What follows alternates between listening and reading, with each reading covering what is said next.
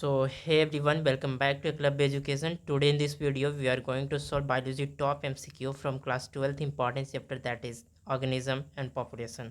So ये video उन सभी बच्चों के लिए है जो झारखंड पैरामेडिकल, बीएससी नर्सिंग और एएनएम जेएनएम की प्रिपरेशन कर रहे हैं। तो अगर आप क्लास 12th बोर्ड का प्रिपरेशन कर रहे हो, आइदर यू अगर आप नीट 2025 का प्रिपरेशन कर रहे हो तो भी आप इस वीडियो का लाभ उठा सकते हैं। So without any further delay चलिए इस वीडियो को शुरू करते हैं। सो विथ फर्स्ट क्वेश्चन अगर देखें तो पहला स्क्रीन पे आपका क्वेश्चन आ गया है। क्वेश्चन कह रहा है plant and animal living in the same region make, बताना है एक ही क्षेत्र में रहने वाले पौधे तथा जंतु बनाते हैं, क्या बनाते हैं। तो जैविक समुदाय यानी कि बायोटिक कम्युनिटी, इकोटोन और बायोम या फिर संघ यानी कि कंसोर्टियम। तो इसका जो करेक्ट आंसर हो जाएगा first option, that is a biotic community. ये क्या बनाते हैं? जैविक समुदाय बनाते हैं। कहाँ पे? प्लांट और animal living in the same region, एक ही क्षेत्र में रहने के बाद। ठीक है। Now question number second is on screen, so read with me. Question कह रहा है the word niche of a caste is related to. तो बताना है एक जाति का नेक यानी कि नी के शब्द किससे संबंधित है। तो first option is special and habitual work, and B is a species place where an organism drives and does it work, and C is complete strength of an organism, and option D is specialized function of an organism. So the correct answer for this question is option number B, that is, एक minute I will चल, एक minute चलिए, B option क्या कह रहा है? Species place where an organism lives and does it work, यानी कि इसका देखिए विशेष स्थान जहाँ एक जीवी रहता है, यानी कि species place where an organism lives, तथा अपना कार्य करता है, जहाँ पे रहता है और वहाँ पे अपना कार्य करता है। ठीक है, उसी को नीस यानी कि नी के शब्द वहीं से संबंधित है। Now question number third is on screen. तो क्वेश्चन कह रहा है who gave the word ecology. Ecology शब्द किसने दिया था? तो लिनियस, विलियम या फिर ओडम या फिर हैकल। तो इसका जो करेक्ट आंसर हो जाएगा, बहुत ही इजी आंसर है, दैट इज़ हैकल ने क्या करा था? इकोलॉजी टर्म को दिया था। इसको रट लीजिए, कारण कि according to your examination point of view ये बहुत ही ज़्यादा इम्पॉर्टेंट क्वेश्चन है।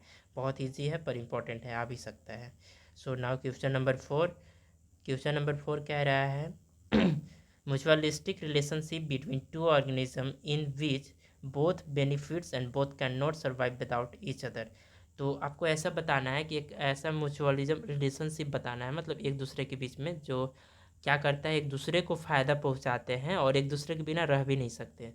हिंदी में कह रहा है दो जीवों के मध्य पारस्परिक संबंध जिसमें दोनों के मध्य लाभ और दोनों बिना एक दूसरे के सर्वाइव नहीं कर सकते हैं। तो ये कमेंसलिज्म है या फिर एमेंसलिज्म है, प्रोटो कॉर्पोरेशन है या फिर सिम्बायोसिस है।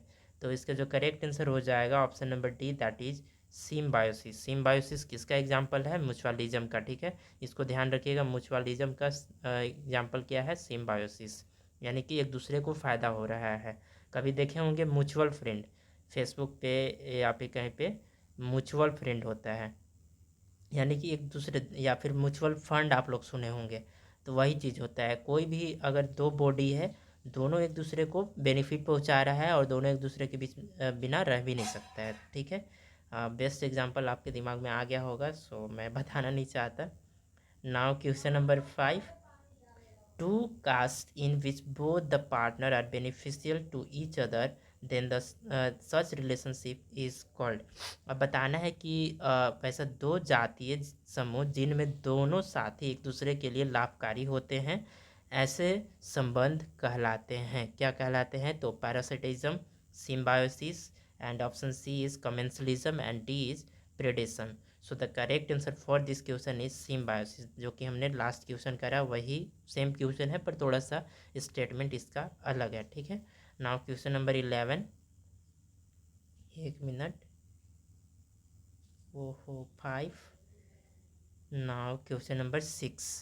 तो क्वेश्चन नंबर 6 कह रहा है if the small fish stick near the bottom of shark get nutrition then such relationship is called symbiosis, commensalism, predation and parasitism. So कह रहा है हिंदी में छोटी मछली शार्क के निचले तल के पास चिपक जाती है और पोषण प्राप्त करती है तो वैसे संबंध कहलाते हैं। तो क्या कहलाते हैं? बहुत ही हिंदी में अगर आप देखेंगे तो सजीविता, भोजिता या फिर परक्षम या परिजीविता। तो इसका करेक्ट आंसर जो हो जाएगा आपका ऑप्शन नंबर, एक minute, I think correct answer is commensalism, but थोड़ा सा डाउट है। आप एक मिनट, क्वेश्चन में फिर से रिपीट करता हूँ। छोटी मछली शार्क के निचले तल के पास चिपक जाती है और पोषण प्राप्त करती है, यानी कि किसी के ऊपर रह रहा है और ऐसे संबंध कहलाते हैं सभोजिता या फिर परिजीविता। तो थोड़ा कन्फ्यूज़न, परिजीविता, पैरासाइटिज्म तो नहीं होगा, नहीं।